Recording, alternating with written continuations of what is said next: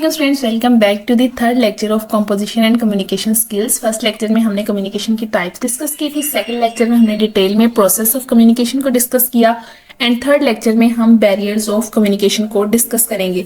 Video को start करते हैं। Barriers of communication. बैरियर क्या होते हैं? बैरियर बेसिकली किसी भी हर्डल को कहते हैं जो कि आए कम्युनिकेशन के दौरान, कोई भी हर्डल जो हमें फेस करनी पड़ती है। हम देखते हैं कि कम्युनिकेशन में कौन कौन से बैरियर्स जो है वो फेस करने पड़ते हैं सेंडर और रिसीवर को। फर्स्ट ऑफ ऑल डेफिनेशन देख लें बैरियर ऑफ कम्युनिकेशन की कि any type of hurdle between sender and receiver while communication is called barrier of communication.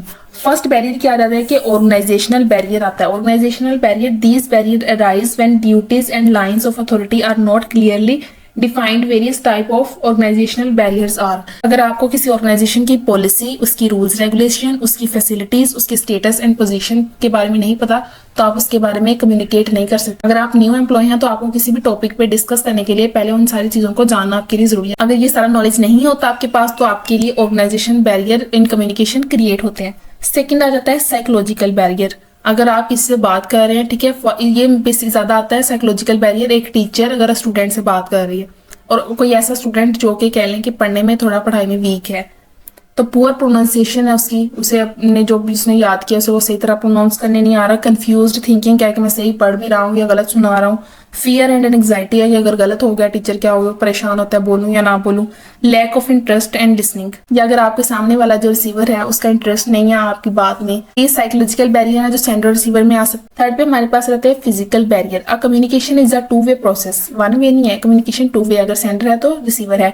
Distance between the sender and the receiver of the message is an important barrier to communication. Noise and environmental factor also belongs communication. Physical barrier इस तरह आ सकता है कि अगर आप बात कर रहे हैं, कोई पीछे बहुत ज्यादा शोर हो रहा है, आपको बात नहीं सुनाई दे रही, कोई आप मशीन चल रही है, कोई ऐसी आवाज है जिसकी वजह से आप एक दूसरे से काफी दूर हैं और आपको जैसे शादी ब्याह पे ऊंची आवाज में गाने चल रहे हो तो आपके लिए मुश्किल हो जाता है कम्युनिकेट करना, अपनी बात समझाना। बड़ी मुश्किल से कान के पास जा के जोर जोर से चीख चीख के बोलना पड़ता है, तब जाके आवाज सुनाई देती है। इसी तरह अगर फिजिकल बैरियर ये क्रिएट होते हैं। फोर्थ पे हमारे पास रहता है मैकेनिकल बैरियर। मैकेनिकल बैरियर यानी किसी मशीन, मोबाइल फोन अगर आप यूज कर रहे हैं उसमें कोई मसला है, कोई साउंड सिस्टम का मसला है, कोई स्पीकर खराब है, तो वो सारी चीजें जैसे not availability of proper machine, presence of defence mechanism, कोई अच्छी मशीन नहीं है, अगर है तो उसमें कोई डिफेक्ट है, वो पावर फेलियर है, कनेक्शन प्रॉब्लम हो रहा है या इंटरप्शन हो रही है कम्युनिकेट करते हुए मोबाइल फोन पे, कॉल पे, तो ये आपके पास मैकेनिकल बैरियर आ जाते हैं। फिफ्थ बैरियर लास्ट हमारे पास है परसेप्शनल बैरियर। परसेप्शन यानी परसीव करना, समझना, ठीक है। अगर आप किसी से बात कर रहे हैं, सामने वाले का लो IQ लेवल है तो आपकी बात को परसीव नहीं कर सकेगा, ये एक बैरियर है। सेकेंड आ जाता है कल्चरल लॉन्ग डिस्टेंस। अगर आप जिससे बात कर रहे हैं वो किसी और कल्चर से बिलोंग करता है या कहीं लॉन्ग डिस्टेंस भी है तो आपकी बात वो नहीं समझ सकता क्योंकि आपकी वोकैबुलरी और उसके कल्चर की वोकैबुलरी आपसे काफी डिफरेंट होगी और काफी बातें जो हैं वो मे भी उसको समझ लग जाए लेकिन काफी उसको नहीं समझ लगेंगी। ये भी एक परसेप्शन बैरियर है कि वो आपकी वोकैबुलरी, आपके वर्ड्स और आपकी बात, आपके मैसेज को परसीव नहीं कर पा रहा। फिर हमारे पास रहता है lack of knowledge of any language, कि अगर आपको उसकी लैंग्वेज का नॉलेज नहीं है या सामने सुनने वाले को आपकी लैंग्वेज का नॉलेज नहीं है तो ये आपके पास परसेप्शनल बैरियर्स आ जाते हैं। ये हमारा हो गया यहाँ तक 5 बैरियर्स ऑफ कम्युनिकेशन। नेक्स्ट हमारे पास रहता है flow of communication. Flow of communication, flow यहाँ पे हमारे पास 4 टाइप्स के फ्लो है: upward flow, downward flow, lateral flow और diagonal flow. According to hierarchy, department और position of sender and receiver, we can classify the ways of communication which is known as flow of communication. वो कहते हैं department और position के हवाले से communication को अगर हम क्लासीफाई करें तो ये फ्लोज ऑफ कम्युनिकेशन बनते हैं।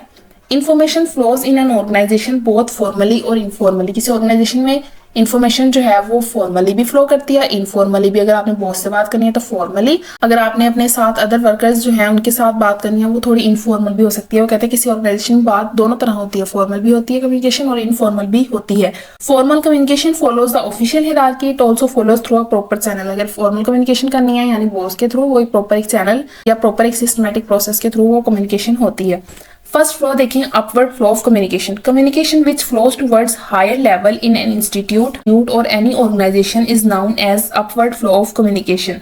वो इन्फॉर्मेशन या वो कम्युनिकेशन जो एक लोअर लेवल से हायर लेवल की तरफ जाए, वो आपके पास अपवर्ड फ्लो ऑफ कम्युनिकेशन होती है। जैसे जैसे स्टूडेंट का किसी टीचर से क्वेश्चन करना, स्टूडेंट जो है उसके पास कम नॉलेज होता है, टीचर के पास ज़्यादा नॉलेज होता है, ठीक है। इस तरह लोअर से हायर नॉलेज वाले बंदे की तरफ जो कम्युनिकेशन जाती है उसे अपवर्ड फ्लो ऑफ कम्युनिकेशन होता है। इसमें एम्प्लॉय का बॉस से बात करना या कोई भी टीचर ट्रेनिंग या एम्प्लॉयज ट्रेनिंग या सर्वे वगैरह जो होते हैं, इससे आप जिसके पास इन्फॉर्मेशन नहीं होती वो इन्फॉर्मेशन लेने के लिए कोई भी स्ट्रगल या एक्टिविटी जो भी की जाती है वो आपके पास अपवर्ड फ्लो ऑफ कम्युनिकेशन होता है। अपवर्ड फ्लो ऑफ कम्युनिकेशन के एडवांटेजेस हैं, it represent how well the organisation is functioned. ये रिप्रेजेंट करती है कि आपकी ऑर्गेनाइजेशन कितने अच्छे से वर्क कर रही है, एम्प्लॉयज को उनके आंसर मिल रहे हैं, कोई डाउट्स हैं तो उनके आंसर आपको मिल रहे हैं या नहीं। Students can easily share their problems with their teacher regarding their studies. अगर स्टूडेंट जो है वो अपने टीचर से क्वेश्चन करता है, अपवर्ड फ्लो ऑफ कम्युनिकेशन होता है, तो इसमें जो है वो स्टूडेंट अपनी इजीली हर प्रॉब्लम को टीचर के साथ शेयर करके उसका आंसर जो है वो हासिल कर सकता है। सेकंड हमारे पास रहता है downward flow of communication. Communication which flow towards high level in an organisation और an institute is known as downward flow of communication. Work और task is allotted to the employees in a day organisation. कोई task अगर employees को दिया गया, उन्होंने वो task complete किया है। डाउनवर्ड फ्लो ऑफ कम्युनिकेशन के एडवांटेजेस हैं कि it is very useful for distributing work, new policy and procedures can also be conveyed through downward flow of communication.